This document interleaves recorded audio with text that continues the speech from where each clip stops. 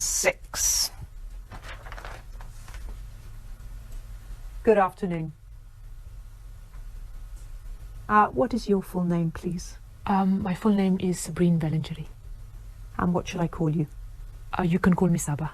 May I see your identification, please, Saba? Yes, here it is.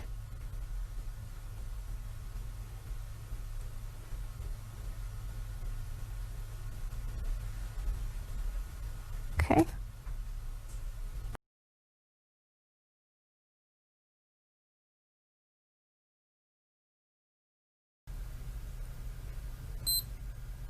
Now, in this first part, I'd like to ask you some questions about yourself. Let's talk about where you live. Where do you live in your country? I live in Hyderabad, which is the capital of Andhra Pradesh, in the southeast of India. It is a very big city. About 7 million people live there. And is it an interesting place to live? Oh yes, a very interesting place to live. Hyderabad has a very long history. So there are lots of ancient forts, mosques and other monuments. There is a very beautiful lake, and there are also lots of wonderful markets. And will you live in Hyderabad in the future? Yes, I think once I finish my studies here, I'll go back to Hyderabad. My husband is from Hyderabad too, so I think we'll stay there. Now let's talk about hobbies and interests. What hobbies and interests are popular in your country? People have many different pastimes in my country. I think the most popular these days are things like gardening and do-it-yourself, which is when people, well, usually men, make things for their home. I think women tend not to have too many hobbies. You can't really call shopping a hobby. I think in the past, women used to fill up the leisure time that they had with craft activities, but sewing and knitting aren't so common these days. I think reading is still very popular, especially now these days with the new e-readers. And which hobbies and interests do you enjoy? Well, like a lot of people, my work takes up a lot of my time. And at the weekend, I like to meet up with my friends or go out with my husband. So I don't really have much time for hobbies. But I do read a lot, especially history and biography. Also, I love collecting art. So I go to a lot of art fairs. I really like colourful, abstract art, which really brighten up our homes. And what hobbies and interests did you have as a child? Gosh, that was a long time ago. Let me think. I used to collect key-rings. I think I had about 20 or 25. They were silly things really, but fun for a small child. I used to like painting and drawing. My parents were very supportive and they bought me a lot of oil paints, but I'm not really very talented. I also played the clarinet. I was in a junior orchestra. I remember once we played a concert and my reed broke during the first piece, and so I couldn't make any sound. And do you think parents should encourage their children to have a hobby or interest? Oh yes, very much so. I think it is very important for children to have something other than school, television and computers. Sometimes a hobby can turn into a very successful career, but even if it doesn't, it can help the child develop as a person as they learn about new things and meet new people who share the same hobby. Now let's move on to talk about the weather. Do you prefer hot weather or cold? I think I prefer cold weather. I know most people prefer hot weather, but it is always so hot in my country that it is such a nice change to feel the cold. Of course, in the cold, it's very easy to put on a hat and gloves to keep ourselves warm. Tell me about the weather in your country at different times of year. India is so big that there are many different climates. So I'll just talk about the weather in Hyderabad. Generally, we have a tropical wet and dry climate. That means that the summers, March to June, are hot, over 30 degrees and very humid. Sometimes it can reach over 40, which is just unbearable. At the end of the summer, the monsoon comes and it rains for about 3 months. After the rainy season, it's winter, which is quite short, just a couple of months. Which time of year did you enjoy most as a child? Well, I think like most children, I would say the summer, when we had the long school holiday. But I always preferred spring. There's something so lovely about when everything starts to grow again after the winter. You can almost smell it in the air. And has the weather changed much in your country in recent years? I don't think so, really. I know that in some countries the climate has been changing because of global warming, but where I live it seems to be the same. Just heat and rain. I have noticed something. In recent summers, when it's very hot, there have been many water shortages. I don't remember that happening when I was younger. Thank you. Now I'm going to give you a topic, and I'd like you to talk about it for 1 to 2 minutes. You have 1 minute to think about what you're going to say, and you can make some notes if you wish. Do you understand? Yes. There's your paper and pencil. And here's your topic. I'd like you to describe a gift or present that somebody gave you recently.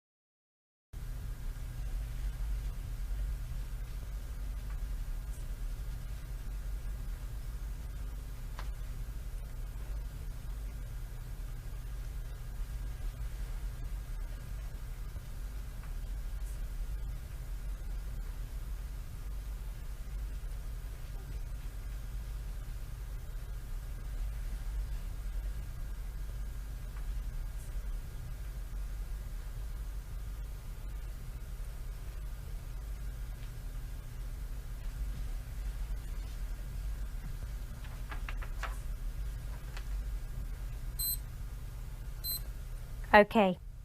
Now you have 1 to 2 minutes for this, so don't worry if I stop you. I'll let you know when the time is up. Could you start speaking now, please? I'm going to talk about a present my husband gave me last year for my birthday. We had gone to Istanbul for a few days. My husband had always wanted to go there. Anyway, we had a few days holiday from work and we decided to fulfill my husband's dream. As I said earlier, I'm really interested in art, and so even though I had no real desire to go to Istanbul, I was totally captivated by all the beautiful buildings and the wonderful arts and crafts that were available there. The Blue Mosque was my favorite building. From the outside, it looks just like a typical Ottoman mosque, but inside it is quite startling. The large windows with the light reflecting on the exquisite blue tiles made it just breathtaking. I asked one of the guides about the tiles, and she told me that they were from Iznik and that they are still made today. When we left the Blue Mosque, we walked down a pedestrian lane full of shops, including some tile shops. In one of the shops, the owner told us that the tiles were made in Iznik. Anyway, one of the tiles really caught my eye. Actually, it sang to me. It was of fish, 4 big fish and lots of little ones, all in different shades of green. I really wanted it. But when we asked the price, it was very high. Something like $300 American. Obviously, I knew we could negotiate, but it seemed such a high price that we just left. The next night, we went out for my birthday meal. Just as we were finishing the dessert, the waiter came over and handed me the most beautifully wrapped gift. I knew at once, because it was very heavy, that it was the fish tile. That's why Thank you. And does this person often buy you presents? Well, he's good at remembering my birthday and our anniversary, so he does usually buy me something nice then, but he doesn't just buy a present out of the blue. Thank you. Could I have the booklet, the pencil and the paper back, please? Thank you.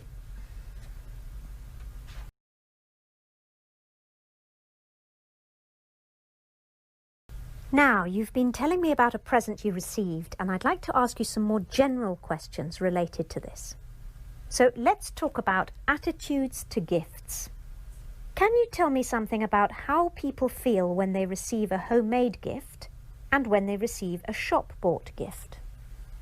Well, I think as with everything, it depends on the person and the gift. When a grandchild makes something for their grandparents, like a bookmark or a clay pot that they've made at school, then obviously their grandparents will treasure it. For adults, I think it's a bit different. If people are going to give homemade gifts, then they need to be of really good quality. Why do you say that? Well, when children make things, it's the thought that counts. But when it's adults making things, it has to look like the present is a proper present, rather than something they've made just because it's cheaper. Of course, the thought still counts, and in many ways, our time now is more important or precious than money. So if somebody has spent a lot of time making a gift, it will mean a lot. But if someone has made some chutneys or pickles or some other type of food, then it has to be edible and taste nice as well. So what about shop-bought gifts? Most gifts these days are shop-bought, and there isn't really anything wrong with that. What is important, I think, with a shop-bought gift is that the person buying the gift should spend some time thinking about what the other person would really appreciate. It's no good a husband going into a perfume shop and buying the first perfume he likes. He needs to see what perfume his wife is wearing. That shows his wife that he's paying her attention. And do you think that children get more pleasure receiving gifts than adults do? Yes and no. Obviously, children love receiving gifts, but children do generally get a lot of gifts. Children these days are spoilt and they get too many gifts. So the more gifts they get, the less they value them. Adults, on the other hand, generally have the resources to buy things for themselves. So if they really want something, they can buy it. Of course, this then makes present buying for adults much more difficult. But of course, there are things that we like that we can't really afford, or we can afford them but can't justify their expense. What sort of things are you thinking of? For women, it might be perfume or a day at the spa or a new pair of party heels. For men, usually something to do with their hobbies or books or CDs. Do you think that more people get more pleasure giving or receiving gifts? This is a tricky one. Why? Well, I think most people get pleasure out of both. Of course, it depends. We may not get a lot of pleasure out of giving gifts to children who we know may not appreciate them. But if we have found the perfect gift for someone we love and we know it's going to make them happy, well, then this will really fill our hearts with joy. Similarly, if someone receives a gift of something that they don't really want, or they can sense that it has been bought out of haste, then this isn't really going to make them feel that good. But if it's something wonderful, then, well, of course, they're going to feel fantastic about it. Let's move on to talk about the commercial aspects of giving. How much do advertisements influence people when they buy gifts? In my opinion, probably not too much. I mean, most adverts are for things like cars and household products, which aren't really gifts. Although a lot of young people like to be given new phones and other gadgets. So if a parent isn't sure which model to get, then they could be influenced by advertising. And do you think that some festivals have become commercialized as a result of the emphasis on buying gifts? Oh, yes, definitely. Yes. In fact, I think it's much worse than that. It's not just the old festivals becoming commercialized, but so-called new ones being created just for the sake of present giving. Can you tell me more about that? Yes. Things like Valentine's Day and Mother's Day. These aren't Indian traditions, but suddenly we find we have to buy a present for our spouse on Valentine's Day. And while it is nice to recognize how important our mothers are, surely it should be something we do every day, not just once a year when we buy her some chocolates. Thank you very much, Saba. That is the end of the speaking test.